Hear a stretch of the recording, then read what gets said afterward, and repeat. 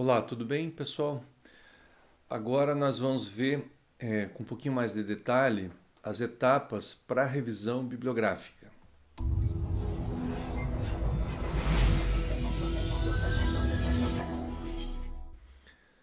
Bom, aqui a gente tem uma ideia do fluxo de todas as atividades necessárias.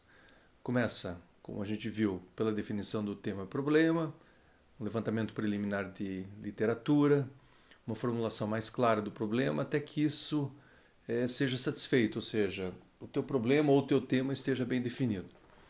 A partir daí você faz uma definição de uma estratégia de busca, tá?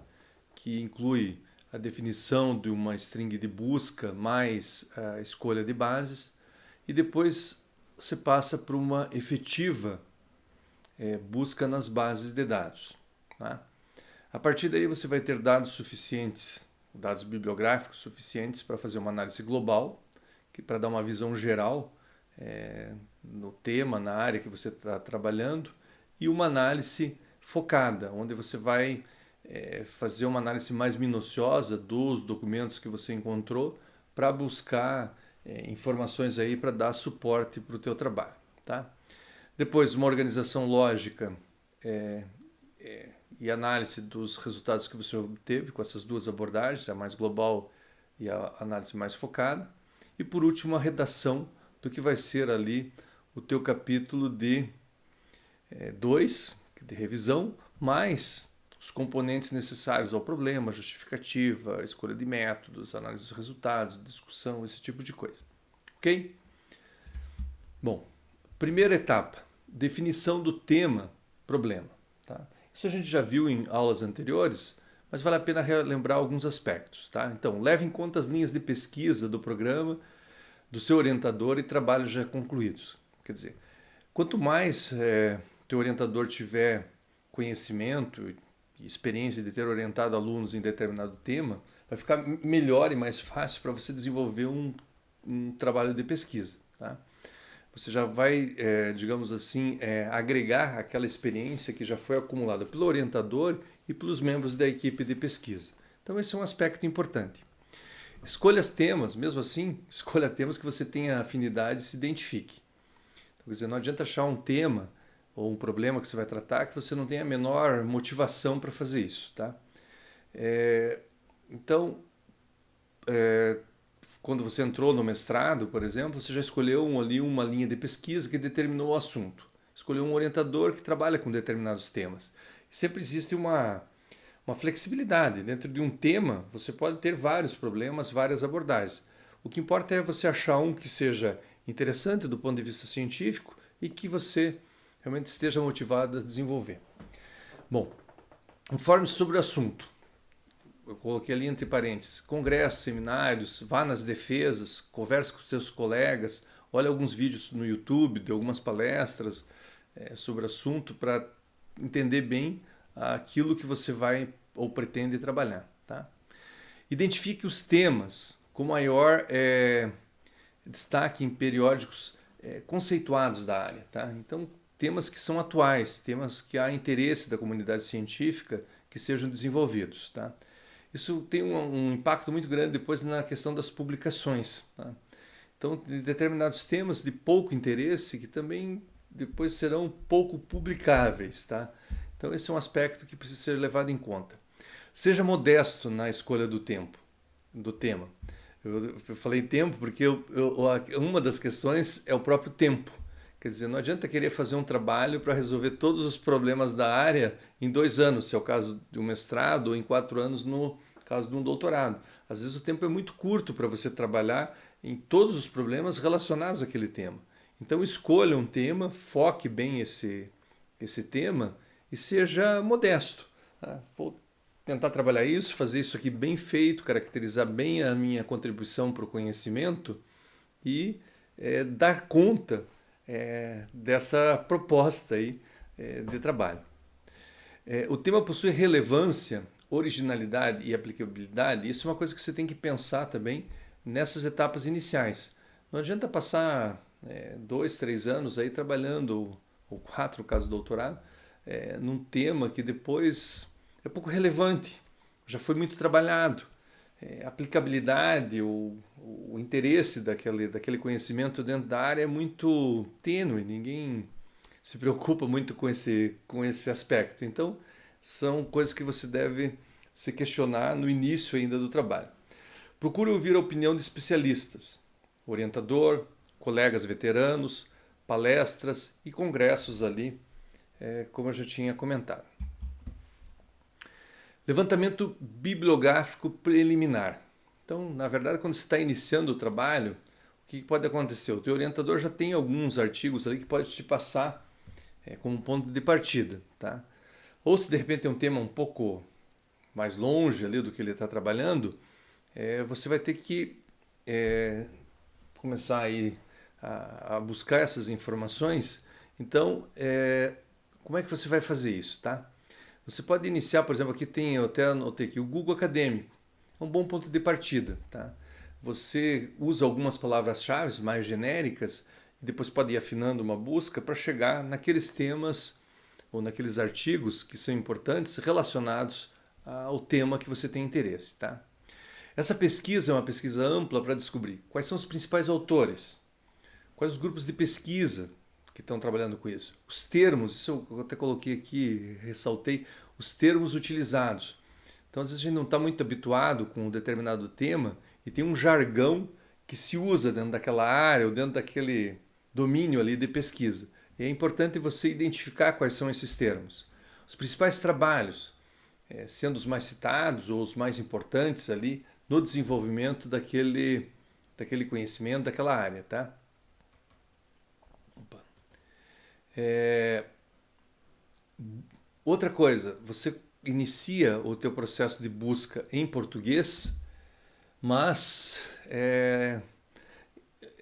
na verdade toda a literatura ou grande parte da literatura científica está em inglês. Então, na verdade, acostume-se a fazer com os dois,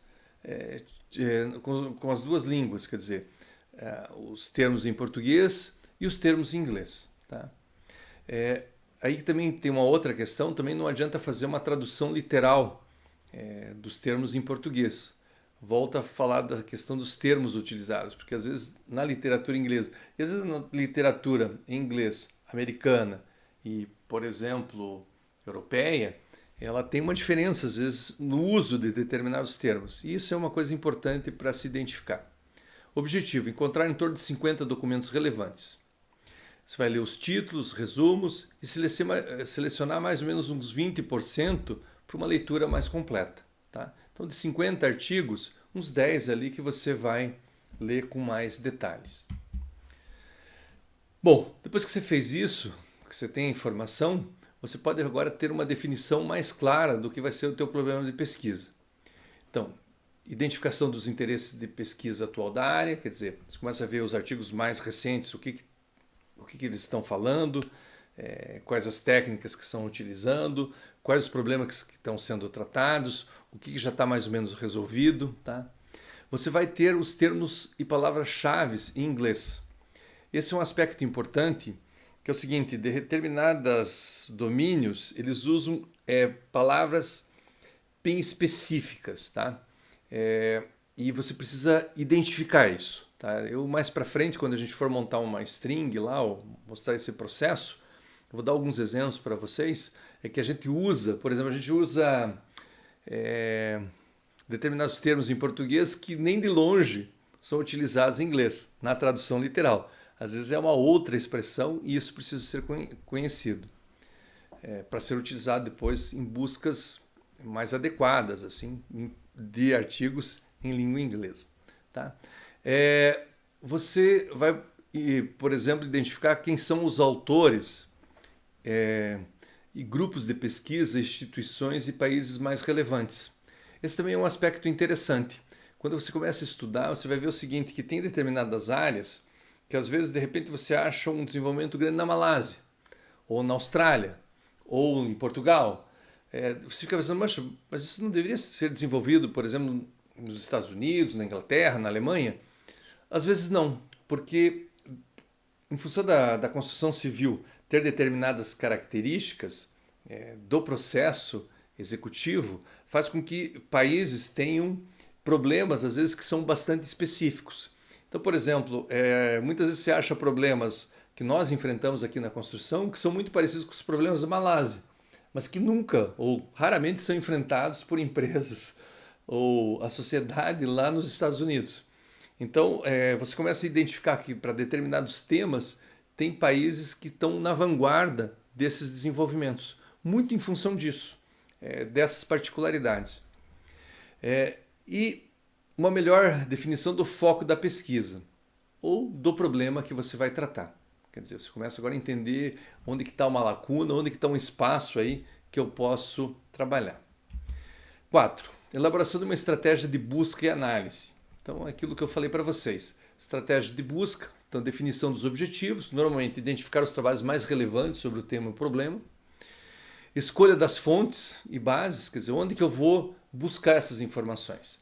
Normalmente são bases de dados bibliográficos, onde você tem opções como Scopus, Web of Science, Emerald e outras bases aí, que reúnem uma grande quantidade de periódicos e tem ferramentas de busca estruturada que facilitam a tua vida para acessar e achar lá aqueles documentos, aqueles artigos que são importantes para o seu trabalho.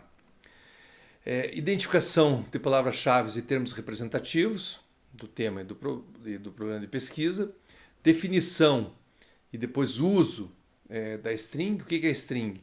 A string é uma espécie de, digamos assim, de programação, quer dizer, de algoritmo, que determina quais as palavras que devem aparecer juntas, quais as palavras que devem não aparecer, que devem aparecer separadas, tá? Ou seja, ela restringe e amplia um conjunto de termos no sentido de você usar isso para buscar documentos de teu interesse, tá? E depois, por último, obtenção de metadados e das próprias fontes, porque além dos dados que você tem dos artigos, que são os autores, o título, a publicação, o resumo, as referências, você também pode, a partir dessas bases, muitas vezes, acessar o próprio documento. Bom, busca nas fontes identificadas, nas bases identificadas e das fontes. Então, o uso da string, de busca para identificação de artigos mais relevantes, a literatura em análise de bibliografia, e análise bibliométrica, como a gente vai ver um pouquinho mais para frente, fala em torno de 1000 documentos. Quer dizer, quando você faz uma boa string e tem em torno de 1000 documentos, é a quantidade mais ou menos suficiente para caracterizar bem a área que você está pesquisando. Mas não adianta ter 1000 documentos, um de um lado, outro do outro, totalmente disperso. Depois, pela leitura do título, você vai verificando se aquela tua busca, se o uso daquela string está trazendo os artigos que realmente te interessam, que realmente estão aderentes ali ao teu problema de pesquisa, que estão aderentes ao teu tema de pesquisa, tá? Bom, depois que você faz uma primeira busca, na verdade não tem assim um processo matemático para você aperfeiçoar a tua string. Você vai ter que fazer meio por tentativa e erro. Quer dizer, você muda algumas coisas, restringe ou amplia, limita, utiliza novas palavras-chave, até que os resultados que começam a aparecer dos artigos te dizem alguma coisa. Quer dizer, eles são representativos daquilo que você está buscando. Não tem como medir isso. Na verdade, cabe a você ir lá e verificar se aquilo realmente é coerente com aquilo que você está buscando. Ok? Porque, na verdade, cada string gera um conjunto de artigos que representam uma parcela do conhecimento. Essa parcela pode estar mais próxima do teu trabalho, do teu tema de pesquisa, ou mais longe, ou mais dispersa, dependendo da configuração dessa string. E você que tem que avaliar se ela realmente é representativa ou não. Ok? Bom, depois disso, você vai obter um arquivo com metadados dos artigos mais relevantes, desses 1000 artigos, por exemplo. Então tem título, autores, filiação, abstract, palavras-chave, referências, uma informação sumarizada dos artigos e uma lista em ordem, eu coloquei ali crescente, mas é decrescente, dos artigos mais citados. Por que é importante decrescente? Porque você vai daquele mais citado, portanto mais importante para aquele conjunto de conhecimento que aqueles artigos representam, tá? Ao menos citado. Portanto o artigo é menos importante, tá? E você também, muitas vezes nessas bases aí de bibliográficas, você tem já ferramentas com dados bibliométricos gerais associados à busca. Então ela já te dá mais ou menos um volume de publicação por ano, os autores mais citados, os periódicos mais onde se publicou mais, para aquele grupo de artigos. Ou seja, ele já traz uma síntese descritiva daquele conjunto de dados que você pesquisou. Busca complementar. Bom, nem só de bases de dados bibliográficos aí a gente vive, né? Eu acho que a gente precisa fazer essas buscas complementares, tá? Onde que você vai buscar isso? Primeiro, publicações de grupo de pesquisa de destaque na área.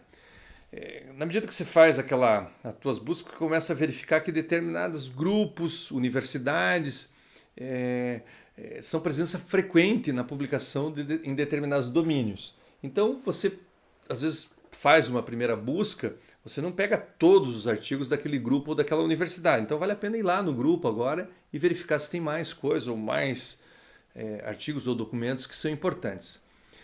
Artigos encontrados nas citações. Chamam snowball ou bola de neve. O que é isso? Você pega as referências dos próprios artigos que você achou. Nossa, esse é um ótimo artigo, um excelente artigo, muito próximo do que eu estou pretendendo fazer. Verifique quem ele cita, quais as referências que ele utiliza. Tá?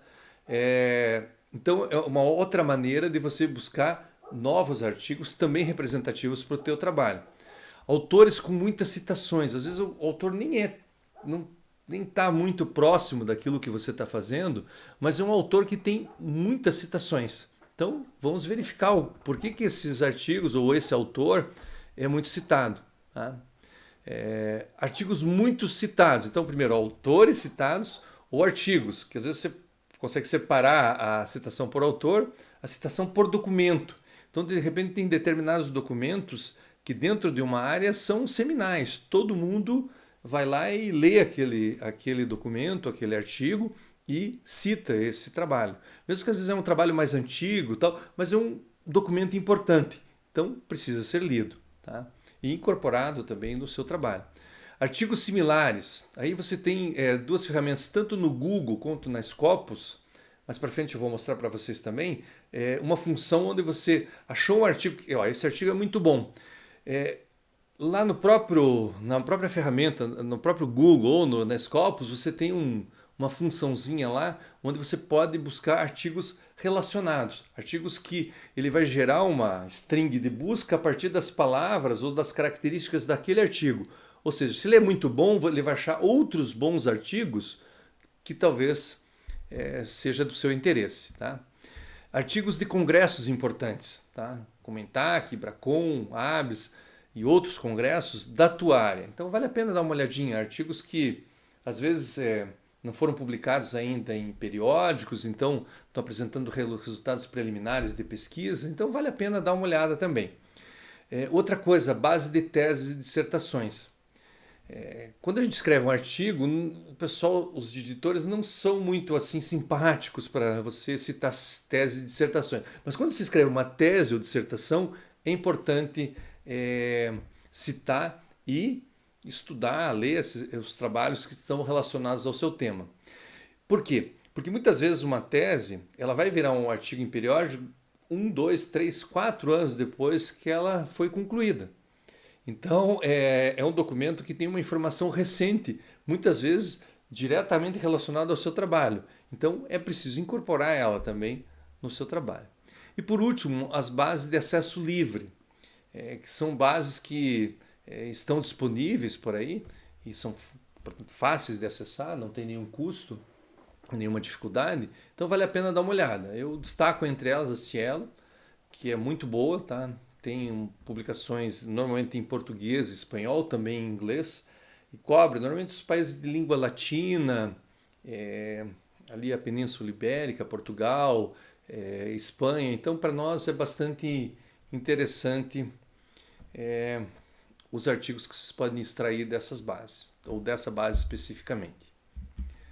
Análise global dos dados obtidos. Tá? Após obter lá os dados, fazer a busca complementar, você faz uma análise global onde o objetivo é ter uma visão geral do estado da pesquisa relacionado ao tema ou problema. Tá? Então, na verdade, é o seguinte, você não está interessado em ver detalhes, você está querendo ver aquela história, não estou querendo ver a árvore, eu estou querendo ver a floresta. Quer dizer, como é que está o estado dessa área? Quem são os principais autores? Quem são as universidades de destaque, os grupos de pesquisa? Quais são os periódicos que mais publicam sobre esse assunto? Uma série de informações, mas a nível de posicionamento mais geral, assim. Isso é para quê? Para você não ficar um cara perdido dentro da sua própria área. Quer dizer, quem é o cara mais importante? Não sei. Quem que é qual o artigo mais citado? Não sei. Quais as universidades que mais se destacam? Também não dá. Então é você ter um pouco de cultura, de conhecimento sobre a área que você vai trabalhar. Ele não vai afetar diretamente o seu trabalho, mas ele permite você se posicionar e orientar depois as suas buscas. Eu vou orientar para esses autores, para essas universidades. Então isso ajuda aí também no processo. Deve-se identificar os principais autores, os centros de pesquisa mais importantes, os artigos mais citados e mais importantes sobre o tema da pesquisa e os principais periódicos. Tá? Para isso, para essa análise global, normalmente a gente usa a análise bibliométrica. O que é isso? Aqui tem uma definiçãozinha, consiste na aplicação de técnicas quantitativas para descrever aspectos da literatura. Ou seja, mas de uma maneira, ainda poderia colocar uma palavra, usa técnicas quantitativas para representar determinados aspectos da literatura de uma maneira sintética. E eu preciso dessa maneira sintética de enxergar para poder justamente fazer essa análise global. A análise bibliométrica, normalmente a gente vai fazer uma análise descritiva, tá? Que descreve um pouco como é que está a área. A análise de redes de relações, que a gente às vezes chama de mapeamento. Então, relações entre autores, entre coautores, entre palavras-chave, entre termos-chave, quer dizer, você começa a ver o que está ligado com o que influencia o que é influenciado por o que. Ou seja, ter essa visão geral. E por último, a análise de agrupamento, ou análise cluster, que faz o seguinte, por que determinados autores estão juntos, entre aspas, estão juntos no sentido de que usam às vezes a mesma base conceitual, ou usam a mesma abordagem dentro do estudo, ou as mesmas variáveis, ou porque dois grupos de autores estão separados, porque às vezes têm abordagens totalmente diferentes. Então a análise cluster é interessante para você ver quem são os parecidos, quem são os diferentes e como esses que são parecidos entre si estão distantes dos outros que são parecidos entre si. Ou seja, você vê tendências dentro da área que você está trabalhando. Bom, aqui tem alguns exemplos bem rápidos aqui. Então aqui a gente tem um gráfico dos autores que mais publicam em determinada área, que não lembro, acho que é a área de logística na construção. Então eu tenho Naim com 15 artigos, tá? Tem o professor Formoso da URGS lá, que aparece aqui também, com 7 artigos. Então, na verdade, você começa a ter uma relação dos autores que mais publicam nesse tema, que, se eu não me engano, é logística na construção civil. Então, vale a pena você começar a ver o que esse pessoal está publicando. Aqui ao lado já é uma análise de correlação de palavras, tá? Então, na área de satisfação residencial, então você tem aqui uma palavra perception, com avaliação, e aqui você tem as relações que aparecem entre essas palavras. As que têm um círculo maior são palavras que são mais citadas, e as relações que elas aparecem juntas nos artigos. Então isso dá para você entender o que mais ou menos o foco aí das pesquisas ou coisas parecidas. A gente vai ver um detalhe também, isso aqui um pouquinho mais lá para frente. Aqui você tem um gráfico com as universidades que tem mais artigos publicados. Então vejam bem, ali o autor que mais tinha artigos publicados, ele tinha 15, mas aqui nas universidades as duas primeiras têm 30. Então significa que tem mais de um autor dentro da mesma universidade que publica dentro desse tema, tá? Então, isso é importante para você justamente, vamos encontrar então os grupos de pesquisa que estão publicando sobre esse assunto. Aqui uma outra rede de interrelações, que a gente chama essa aqui uma rede de cocitações, quais são os trabalhos que mais são citados juntos dentro da área, ou seja, que são importantes como base metodológica. E aqui o tipo de documentos que você achou, artigos, artigos de conferência, revisões bibliográficas, capítulos de livro, editoriais, esse tipo de coisa. Tá? Então são informações gerais aí que ajudam você a caracterizar a sua área de pesquisa. Bom, análise focada dos artigos selecionados. Então depois que você fez a análise geral, a ideia agora é fazer uma análise mais detalhada. Primeiro você viu a floresta, agora você vai ver uma árvore ou algumas árvores ali que estão próximos da tua linha de pesquisa, tá? Então consiste numa análise, uma leitura crítica e uma análise sistemática do material selecionado. Quer dizer, você vai tentar agora ter uma quantidade menor de artigos, vejam, tem uma seleção inicial de 50 para 100 artigos, uma seleção que vai levar de 10 a 25 artigos ou documentos que estão diretamente associados ao seu trabalho.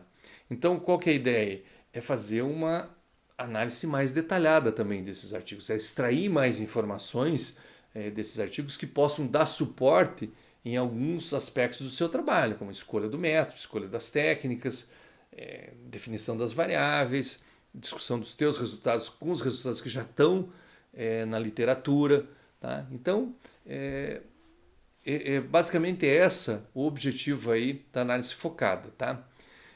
Aqui é importante para você chegar nesses artigos ter critérios formais, quer dizer, artigos que você vai colocar como o primeiro critério que estejam próximos ali do teu tema e do teu problema de pesquisa. Mas também você pode colocar por autor, por data, por qualidade do periódico onde foi publicado, uma série de critérios para fazer essa seleção e chegar naqueles 15, 20, 25 artigos bem representativos do teu trabalho de pesquisa. Bom, depois você vai passar para a organização lógica do assunto. Então, classificar os materiais, os livros, os artigos eu sempre peço para a pessoa colocar em dois aspectos, um de referência e outro de revisão. O que é referência? Referência é aquilo que é base conceitual teórica. O que é revisão? É aquilo que é parecido com o que você está fazendo. Que às vezes tem a mesma base, ou tem uma base um pouco diferente, mas é parecido com aquilo que você está fazendo. Tá? Então, o de referência serve como embasamento do seu trabalho. E o de revisão normalmente serve para comparar os resultados e para tirar ideias, para ver lacunas, coisas que não foram tratadas, coisas que foram mal tratadas, variáveis que foram utilizadas para incorporar no seu trabalho de pesquisa. Depois você vai utilizar isso onde? Na contextualização do problema, na justificativa, nas referências, tá? De teorias, conceitos, variáveis, tá? No referencial ali que você vai utilizar, na base metodológica, o método de procedimento que você vai usar, nas técnicas de pesquisa, coleta de dados, medição, algum ensaio que você vai fazer, e resultados depois relacionados aí com os resultados do seu próprio trabalho. Eu coloquei uma dica que eu usava bastante, que era usar post-it de cores diferentes. Então o amarelinho vai lá para problema, o rosinha vai lá para aspectos conceituais, o vermelhinho vai lá para metodologia, o outro da outra cor vai lá para resultados. Para quê? Para que ficasse fácil identificar, porque aqueles materiais mais importantes a gente acaba imprimindo. Então daí digitalmente não dá para botar o post-it, eventualmente talvez até já tenha um aplicativo, mas normalmente como se imprime esse material é fácil de localizar. E daí na hora da redação isso ajuda ali a você recuperar essas informações.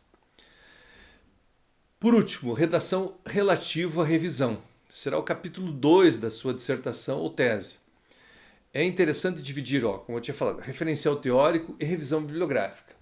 O referencial teórico relaciona as definições claras de cada conceito, construto, lei, teoria, técnica ou método empregado na pesquisa. É a base. Tá? E revisão de literatura refere-se ao levantamento de tudo aquilo que já foi estudado sobre o tema de pesquisa. Tá?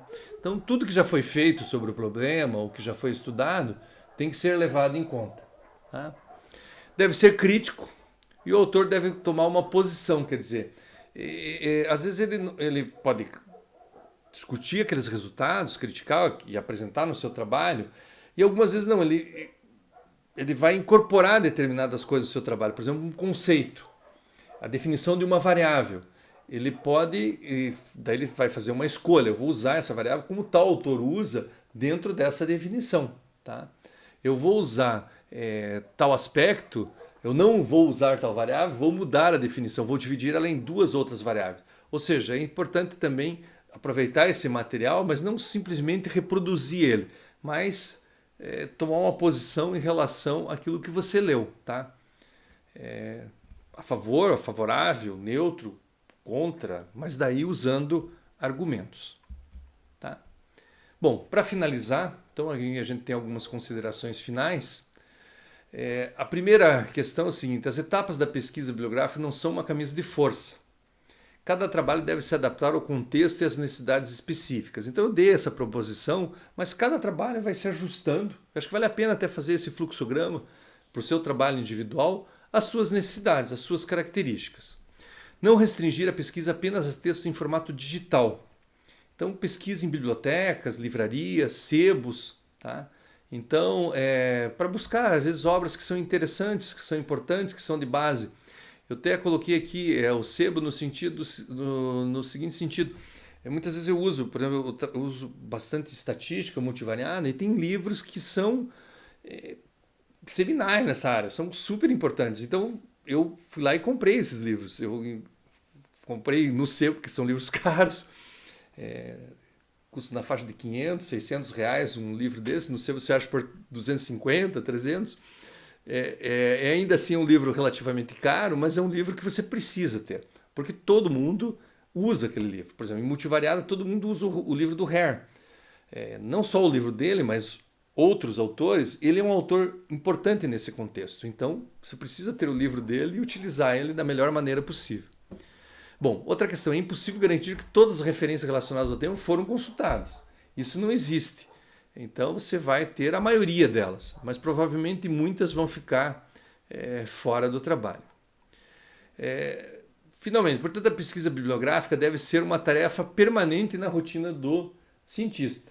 Como você não vai achar tudo, e como sempre vai ter coisas novas aparecendo, do início até o final do trabalho, você vai estar fazendo esse processo e separando aquilo que é importante.